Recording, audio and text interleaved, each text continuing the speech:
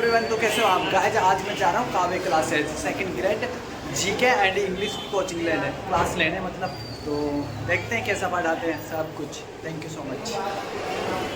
ये मैं सीढ़ियों पे आ चुका हूँ। ये लीजिए गाइस, मैं आ गया हूँ फर्स्ट फ्लोर पर और ये रूम नंबर 5 है। इधर क्लास चल रही है और अब चलते हैं आगे की ओर।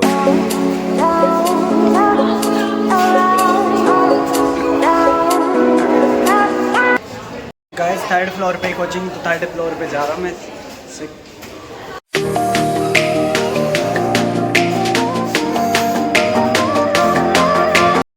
ये आ गए हम क्लास में, अभी तक तो कोई नहीं आया।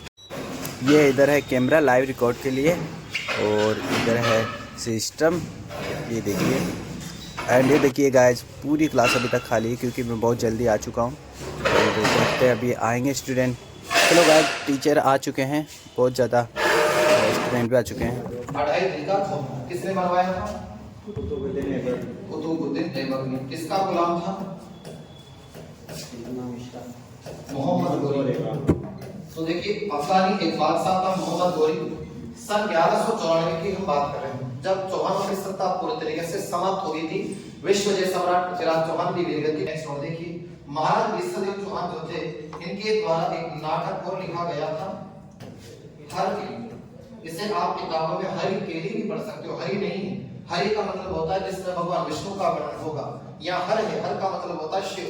इस नाटक के भीतर भगवान शिव यानी कि उन्होंने एक वेश धारण किया था किरात का, बोले शिकारी का, और जंगल में अर्जुन के साथ एक संवाद किया था। तो उन दोनों के मध्य होने वाले संवाद का वर्णन हुआ है। हर केली नाम का एक जो है वो नाटक लिखा था। ये राजा विश्वदेव के द्वारा लिखा हुआ एक नाटक है और इस नाटक की कुछ पंक्तियां आज भी इस अड़ाई दिन के झोपड़े पर लिखी हुई। हालांकि इस नाटक हर केली की कुछ पंक्तियां बाहर भी हिंदुस्तान के, ब्रिटेन, इंग्लैंड और इंग्लैंड में ब्रिस्टल, और ब्रिस्टल में राजा राममोहन राय की जो प्रतिमा है उसके नीचे जो चबूतरा है, उस चबूतरे पर भी इस हर केली नामक की वही पंक्तियां लिखी है जो अड़ाई दिन के झोपड़े पर लिखी गई। तो हर केली नाम का एक नाटक लिखा गया है। राजा विश्वदेव की तुलना की जाती है भारत के विख्यात कवि कालिदास से और एक और तुलना की जाती है कि भारवी से। भारवी ने क्या लिखा? किरातार्जुनीयम। कालिदास ने विज्ञान शाकुंतलम लिखा है। तो हर केली नाटक की तुलना इन दोनों राइटरों से की जा रही है कि इसमें जैसे नाटक लिखा, इन दोनों ने भी नाटक लिखे हैं। तो राजस्थान का कालिदास, राजस्थान का भारवी, वो भी कहा गया है किसे? विश्वदेव महाराज को। विश्वदेव के लिए कहा जाता है कि उसे उपाधि भी प्राप्त थी, और उपाधि कौन सी मिली है? तो कवि बांधव, यानी कि स्वयं एक अच्छा कवि था, कवियों का आश्रयदाता था, इसीलिए इसे कहा जाता है कवि बांधव, यानी कवियों में बंधा हुआ एक राजा है। कभी कभी कवि बांधव ऑप्शन में ना मिले तो आप कवि बंधु पढ़ सकते हो। कवि बंधु भी ऑप्शन में ना मिले तो आप कटि बंधु पढ़ सकते हो। कटि बंधु भी ऑप्शन में ना मिले तो कटि बांधव पढ़ सकते हो। पूछने वाला किसी भी टाइप से क्वेश्चन पूछ सकता है, तो कवि बांधव या कटि बांधव, ये कवि बांधव या कटि बांधव, कवि बंधु या कटि बंधु, ये चार उपाधियां हैं जो सबसे ज्यादा बार पूछी गई है। लेकिन सभी का मतलब क्या निकलेगा? सिर्फ एक, कवियों का आश्रयदाता। तो राजस्थान का कालिदास कौन? विश्वदेव था। राजस्थान का भारवी भी विश्वदेव था और कवि बांधव के नाम से भी जाना गया, तो विश्वदेव था। हर केली नाटक का राइटर कौन था? विश्वदेव था। जैन आचार्य के कहने पर पशु बलि पर रोक लगाने वाला भी विश्वदेव ही था। और अजमेर में संस्कृत पाठशाला का निर्माता भी विश्वदेव था। लेकिन इस पाठशाला को तुड़वाने वाला कौन था? कुतुबुद्दीन ऐबक। और क्या बनवाया? तो अड़ाई दिन का झोपड़ा। और कब बनवाया है? तो सन 1194 में बनवाया गया। मेन क्वेश्चन देखिए जो लास्ट टाइम भारत से सेकंड ग्रेड में पूछे गए, वो देखिए अब क्या।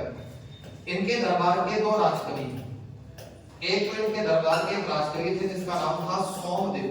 ये लास्ट टाइम अभी हम देखें तो 1 अक्टूबर 2023 को जो पेपर हुआ था आरएस प्री का, उसमें भी क्वेश्चन दिया गया था सोमदेव निम्न में से किस चौहान वंशीय राजा का राजकवि था? तो राजा विश्वदेव। और सोमदेव के द्वारा सुप्रसिद्ध एक ग्रंथ लिखा गया है ललित विग्रहराज। इनकी जो रचना है ललित विग्रहराज लिखी गई। और ललित विग्रहराज में किसका वर्णन किया है? तो किस पर आधारित ललित विग्रहराज को लिखेंगे? देखो ये जिस पर आधारित है श्रृंगार रस। ये क्वेश्चन भी आपका पूछा गया था सेकंड ग्रेड में। श्रृंगार रस मतलब देखिए क्या इसमें क्या लिखा था। कहा जाता है कि इंदरपुर उड़ीसा में, और इंदरपुर की एक राजकुमारी थी जिसका नाम था सोमदेव, ठीक है। इंद्रपुर की एक राजकुमारी थी, इंद्रपुर।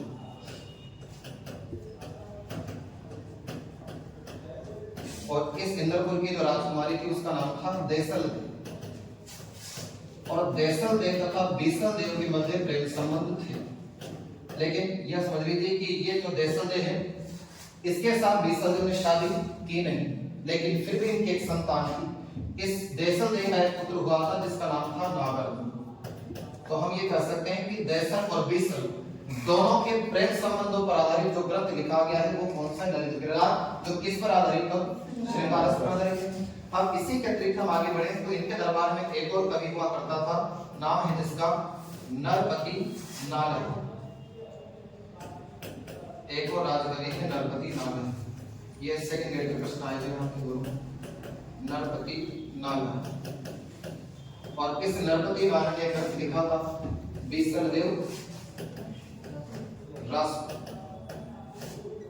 और बीसल देव रासों में किसका वर्णन किया? तो किस पर आधारित है? ये भी आपके श्रृंगार रस पर आधारित है,